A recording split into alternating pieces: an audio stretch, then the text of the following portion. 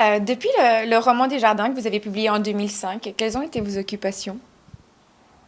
J'ai flambé mon dernier roman.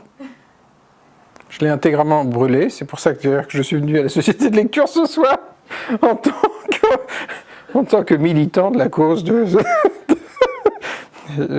pour expliquer à quel point ça fait un bien fou. C'est vrai. De flamber les textes sur lesquels on a travaillé plus d'un an. Vous avez écrit votre premier roman Bille en tête à 20 ans, pour lequel d'ailleurs vous avez reçu le prix du premier roman. Vous êtes marié à 23 ans. D'où vous vient cette précocité dans la maturité, selon vous? Il n'y avait aucune précocité, parce que j'ai perdu mon père quand j'avais 15 ans, et donc j'ai accéléré tout de suite. Et donc je ne comprenais pas pourquoi les autres allaient si lentement. Et quand mon premier livre est sorti, je venais d'avoir 21 ans, je l'ai écrit lorsque j'avais 20 ans, et ça me paraissait très tardif. Un thème très récurrent dans vos livres, c'est la lutte contre la déchéance de l'amour, et vous avez d'ailleurs beaucoup d'imagination pour lutter contre ça. Est-ce que vous appliquez vos idées à votre vie privée?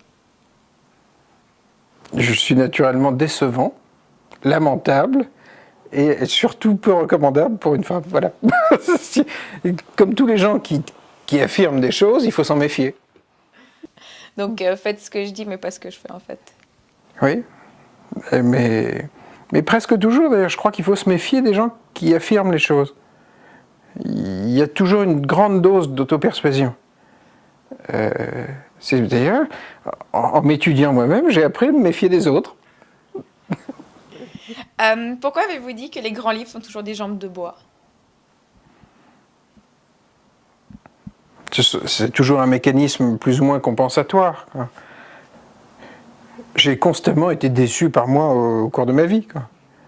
Mais si, fatalement. C'est-à-dire que et j'en ai toujours éprouvé beaucoup de chagrin, quoi. Et je n'ai jamais compris comment les autres faisaient.